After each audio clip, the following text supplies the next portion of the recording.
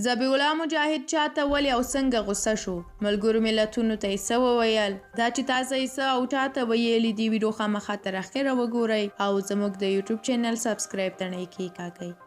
طالبانو د ملګرو ملتونو د عمومي منشي هغه څرګندونې رد کړلې چې واک ته د طالبانو تر رسیدلو وروسته تر 100 زیات پخواني عسکر حکومتي او د بهرنیو ځواکونو کارکوونکي وژل شوي دي. ګوتریش ویلي دي چې دوی په دې معتبرې دعوې ترلاسه کړي دي. په یو ریپورت کې چې اسوسییټډ پریس خبري اژانس د یکشنبې په ورځ خپور کړی دی، د ملګرو ملتونو د عمومي منشي انټوني ګوتریش په حواله پکې راغلي دي چې د دغو ادعاو پر اساس د قربانیانو له 2 پر 3 څخه ډېر یې بې محاکمې طالبانو وژلي دي. سربیره پر دې چې طالبانو د پخواني حکومت او د امریکا په مشرتوب د پوځي ائتلاف کارکوونکو ته د عمومي عفو اعلان هم کړی دی. طالبانو بیا د جنوري 19 دغه خبرې رد کړې. د طالبانو ویان ذبیح الله مجاهد پر ټویټر باندې لیکلي دي چې د ملګرو ملتونو د سرمنشي هغه خبري سمینې دي چې ګڼې په افغانستان کې د اسلامي امارت تر حاکمېدو وروسته د پخواني حکومت سلطنه غړي وشل شوي. مجاهد همدارنګه ویلي دي چې لا فی وروسته هیڅ چاته اجازه نشته چې چاته